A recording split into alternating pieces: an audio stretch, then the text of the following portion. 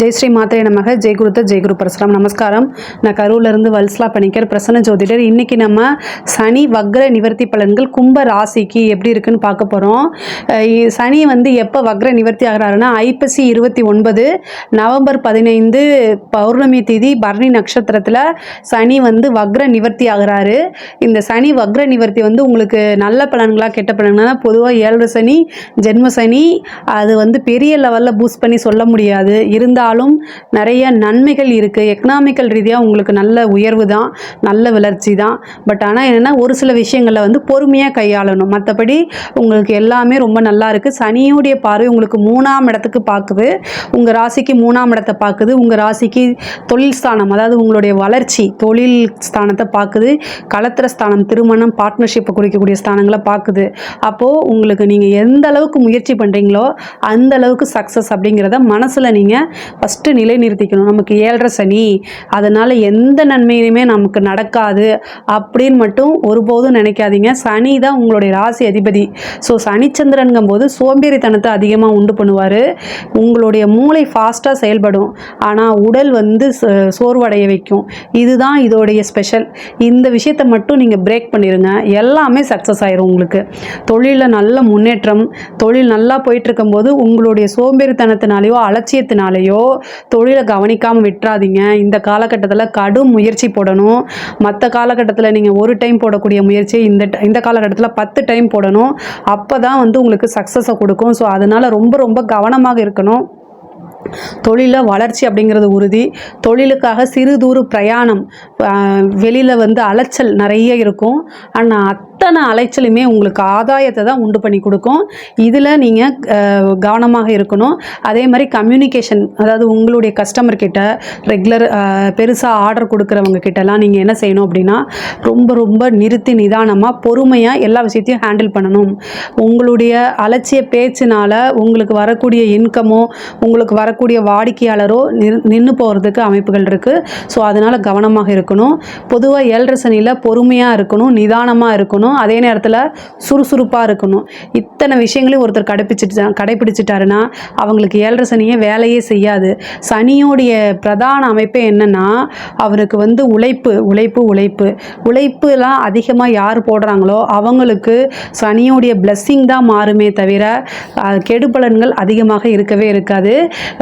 உங்களுக்கு சொத்துக்கள் இருந்த பிரச்சனைகள்லாம் நீங்கி உங்களுக்கு உண்டான பாகப்பிரிவினை அப்படிங்கிறது தானாக தேடி வர்றதுக்கு உண்டான அமைப்புகள் இருக்குது. நீங்கள் எடுக்கக்கூடிய அத்தனை முயற்சிகளையுமே சக்ஸஸ் ஆகக்கூடிய அமைப்பு இருக்குது. உத்தியோகத்தில் இருக்கவங்களுக்கு பல நன்மைகள் இருக்குது. ஒரு சிலருக்கு இடமாற்றம் அப்படிங்கிறது இருக்குது. ப்ரொமோஷன், அதாவது பதவி உயர்வு ப்ளஸ் இடமாற்றம் ரெண்டுமே சேர்ந்து வர்றதுக்கு உண்டான அமைப்புகள் இருக்குது. ஒரு சிலருக்கு விரும்பாத இடத்துல இடமாற்றம் கிடைக்கும்.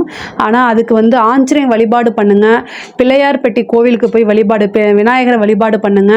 உங்களுக்கு விரும்பாத இடத்துல கிடைக்காது. நீங்கள் எந்த இடத்த கோட் பண்ணியிருக்கீங்களோ அதே இடத்துக்கு கிடைக்கிறதுக்கு உண்டான அமைப்புகள் தானாக தேடி வரும்.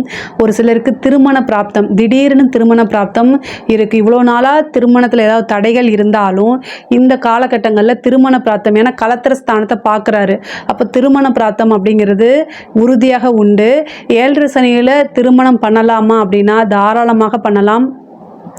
உங்களுடைய ஜாதகத்தில் குருவோடைய அனுகிரகம் இருக்கா, உங்களுடைய அதாவது லக்ன ரீதியாக என்ன தசாபுத்தி போகுது ப்ளஸ் குருவோடைய அனுகிரகம் இருக்கா அப்படின்னு பாருங்கள்.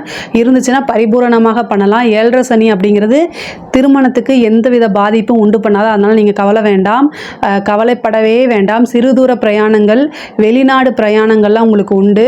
அலைச்சல்களை ரொம்ப ஈஸியாக எடுத்துக்கோங்க. அலைச்சலுக்காக இவ்வளோ தூரம் போயிட்டு வரணுமா அப்படின்னு கஷ்டப்பட்டீங்கன்னா உங்களுக்கு வரக்கூடிய விஷயங்கள்லாம் தானாக தேடி வராது, ரொம்ப கஷ்டம். அதனால் நிறைய முயற்சி பண்ணுங்கள். போட்டித் தேர்வுகளில் எழுதுங்க. படிக்கக்கூடியவங்களுக்கு படிப்பில் ஆர்வம் குறைஞ்சிக்கிட்டே வரும்.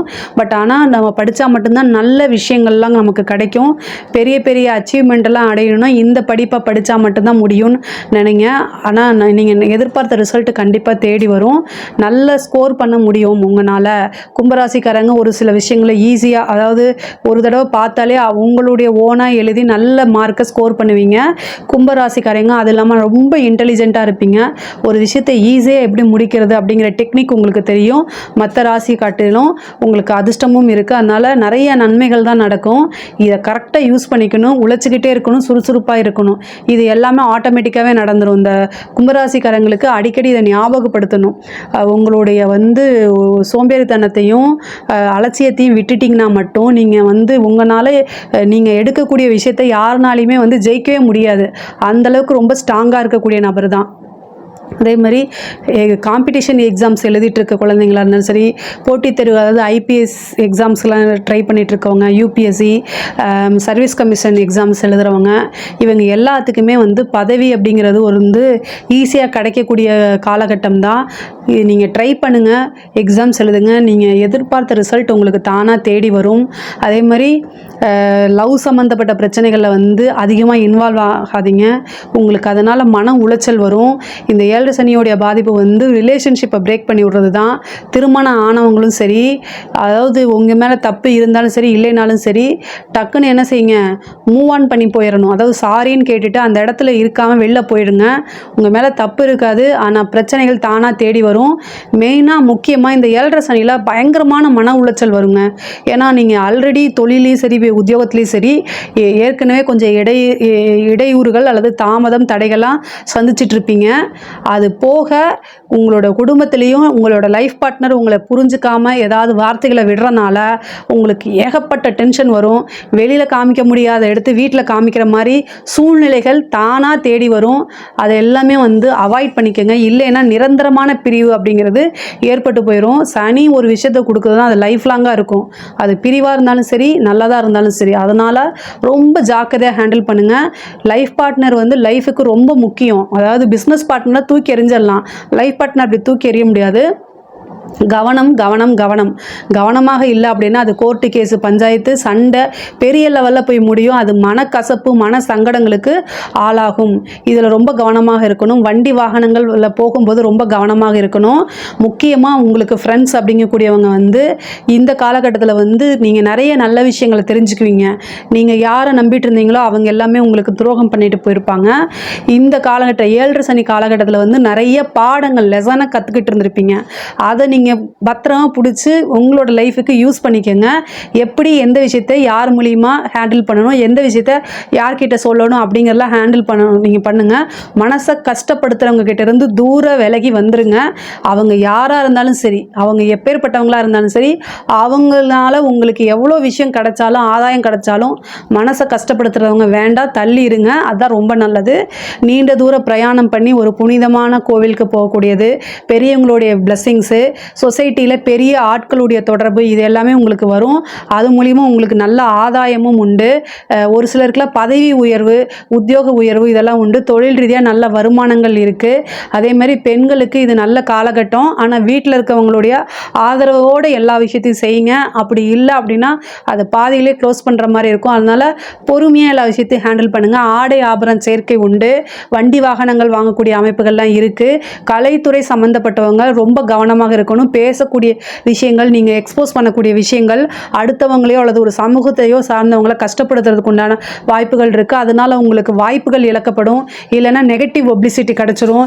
இது எல்லாத்தையுமே அவாய்ட் பண்ணுறதுக்கு ஒவ்வொரு விஷயமும் பார்த்து நிறுத்தி நிதானமாக செஞ்சிட்டாலே உங்களுக்கு மக்களுடைய பேர் ஆதரவு சப்போர்ட்டு கிடைக்கும். பேரும் புகழும் உறுதியாக உண்டு. அது மூலிமா நல்ல வருமானங்கள் ஈட்டக்கூடிய அமைப்புகள்லாம் வந்துடும்.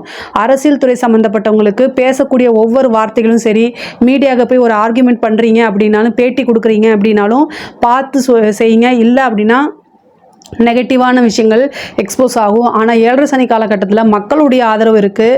பெரும்பான்மையான ஆதரவு உங்களுக்கு தான் அதிகமாக கிடைக்கும். திடீர்னு ஒரு பதவி கிடைக்கும். அரசாங்க துறையில் இருக்கக்கூடிய அரசு அதிகாரிகள் மிக மிக கவனம். லஞ்ச லாவணியங்கள் இந்த டைம் வேண்டாம். அது நீங்கள் மற்றவங்களுக்காக உயர் அதிகாரிகளுக்காக ஒரு விஷயத்தை செய்ய போய் அதனால் உங்களுக்கு நீங்கள் மாட்டப்படுவீங்க. உங்களை காப்பாற்ற யாரும் வரமாட்டாங்க. தப்பு தான் அப்படிங்கக்கூடிய ஒரு பனிஷ்மெண்ட்டுக்கு ஆளாகுவீங்க. சனி பார்த்தீங்கன்னா பார்த்திங்கன்னா லஞ்ச லாவணியங்களில் ஈடுபடுறவங்களுக்கு கண்டிப்பாக பனிஷ்மெண்ட்டு, நீதி தவறும் போது சனியுடைய பனிஷ்மெண்ட்டு யாருனாலையும் தடுக்க முடியாது. அதுக்கெல்லாம் பரிகாரங்கள் கிடையாது. அதுக்கெல்லாம் யாரை வணங்கினாலும் அவருடைய பனிஷ்மெண்ட்லேருந்து கண்டிப்பாக தப்பிக்க முடியாது. அதனால் நீங்கள் நீதி, நேர்மை, நியாயம் அப்படிங்கக்கூடிய ஒரு விஷயத்தை பிடிச்சிக்கிட்டே இருந்தீங்கன்னா கண்டிப்பாக அதுக்குண்டான அங்கீகாரம் உறுதியாக உண்டு. 7 சனி முடியும் போது பெரிய லெவலில் உங்களுக்கு நல்ல விஷயங்கள் செஞ்சுட்டு போவார்.